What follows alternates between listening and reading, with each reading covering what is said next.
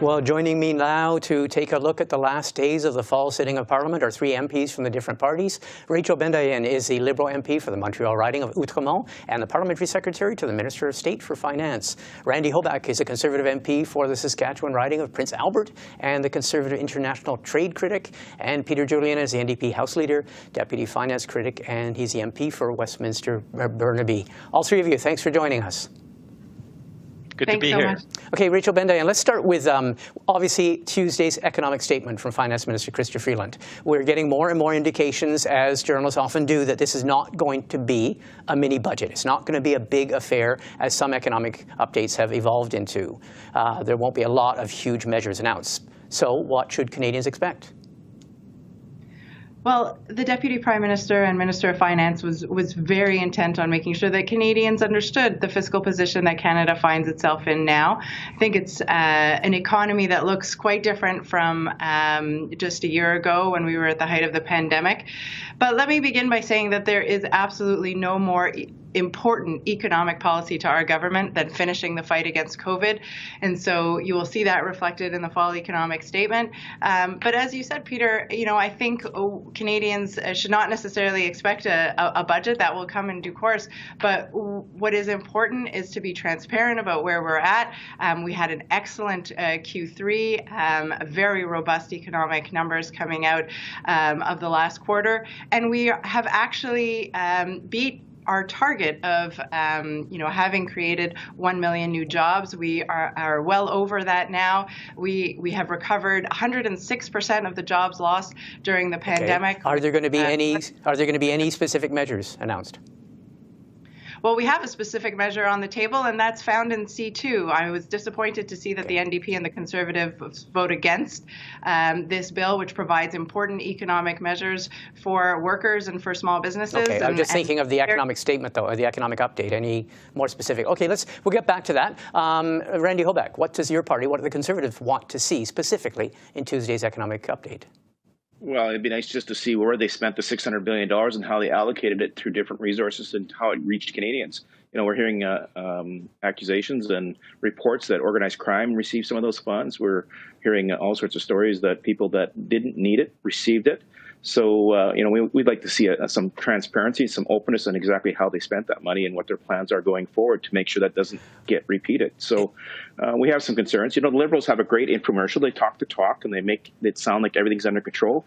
But when we look at the details, we see that it's not. And Canadians are really hurting right now, and we're feeling it in their pocketbook.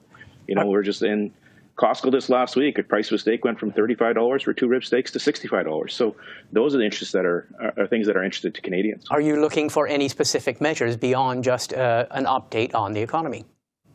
Well, we want to see where we're at. We need to have an understanding of exactly how they spent this money and where it went and was it efficiently and effectively spent. It's taxpayers' money. It belongs to the taxpayers. It's not Liberal money. So we want to make sure that's exactly what it did. It went to the people that required it and needed it during the COVID crisis. But then we also want to see a game plan moving us back to some normalcy, going back towards a balanced budget, going back to some fiscal responsibility in a prudent manner. So, those are the types of things that we'll be looking forward in this on Tuesday when it comes forward. Okay, Peter Julian, in a nutshell, what would you hope to see in the update? Well, the Parliamentary Budgetary Officer yesterday released a report that showed that over the Liberal mandate, we've seen a unprecedented increase in concentration of wealth among the very ultra-rich.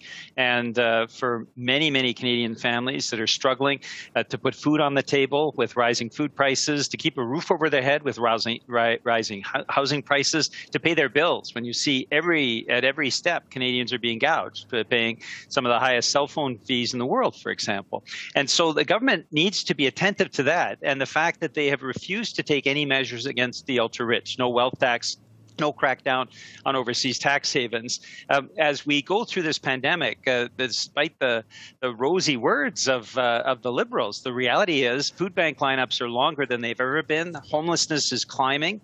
Many Canadian families are struggling to make ends meet, and yet the Liberals refuse to take the measures that would actually provide the wherewithal to make the investments that would actually help families. That's what we expect to see. That's what Jagmeet Singh is talking about, investing to support families. Okay, Rachel Bendayen, you mentioned, you make the point that this is not a budget, but we do know Chrystia Freeland, Finance Minister and Deputy Prime Minister, on Monday, so before her Tuesday economic update, will be announcing with the head of the Bank of Canada the 5-year review of the Bank of Canada's mandate. That's kind of crucial to a lot of the discussion we've seen in Parliament for the last week and a half as to the question of whether your government will change the Bank of Canada's mandate. It calls for a limit to inflation, for the bank to limit inflation to a range of between 1% and 3%. Should we expect a change in that target or in the bank's mandate from your government? I'm sure you and everybody watching is very intent on also tuning into the press conference that Minister Freeland will be having with the Governor of the Bank of Canada on Monday. I believe it's going to be at 11 a.m. And I, of course, believe that the Bank of Canada is an extremely important economic institution for our country, but it's also an independent institution. And so I think that the Governor will speak in the name of the Bank of Canada on Monday, and the Finance Minister will speak for our government on Monday in order to update Canadians on that. But this, as you know, there have been all sorts of accusations of whether your government has interfered or not in the Bank of Canada. This is one of the legitimate inputs that the government has into the Bank of Canada. It's a 5-year review of the mandate and whether the mandate should be changed. Do you think there's room for a change in the mandate of the Bank of Canada? I'm not going to address accusations which are completely unfounded. Right, but mandate change.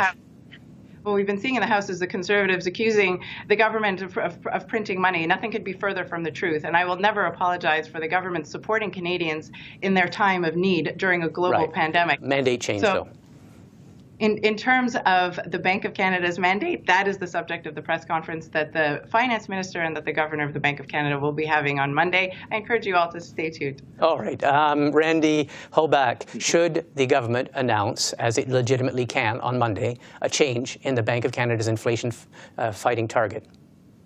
You know, we've been asking for around 2%. Is that the mandate or not the mandate? They won't give us a straight answer in the House Commons on what their targets are. I think from a Conservative perspective, we look at it from the position of a family, the family that's struggling right now, that's looking at, you know, how can I buy Christmas gifts for my kids? How can I afford to put gas in my car? How can I pay my heating bill? How can I pay my mortgage? You know, that's the real concerns of Canadians. So if you are actually going to look at it through that lens and say, okay, to the Bank of Canada, how do we keep things in a situation so that we can have average Canadians being able to afford to go out and buy food, to go out and buy gas, to do the things that they have to do? That should be around the mandate. So, you know, the concern I have here is the Liberals have no clue. They don't understand or seem to understand that things have gotten more expensive. And some of the actions they've taken over this last year has fueled that inflationary crisis. So, you know, until they take responsibility for actually being part of the problem, they can't fix the problem. And, you know, they're in deny. Well, reality is, food is getting more expensive. Gas is getting more expensive. They put policies in place that actually are making things more expensive for the average Canadians. Okay. And, you know, they need to backtrack on some of those decisions. Peter Julian, the current mandate is for the bank to set a range between 1% and 3%, which usually ends up being around 2%. That is the current mandate of the Bank of Canada to fight inflation. Should the government change that? Is there any role for the government changing the mandate of the Bank of Canada? No, we've actually, NDP members have actually asked this question of the former governor of the Bank of Canada and the governor of the Bank of Canada. And there are a couple of other imperatives. We're seeing increasing poverty and inequality. And the idea of a jobs mandate, of an employment mandate as part of what the Bank of Canada needs to consider is something that for a long time people have advocated for. We also, and the Bank of Canada is the first to admit that increasingly they are taking it into consideration amongst their policies, is the whole issue around the climate emergency that we've seen with devastating impact this year, killing hundreds of Canadians, causing billions of dollars of damage, cutting off one region of the country from others.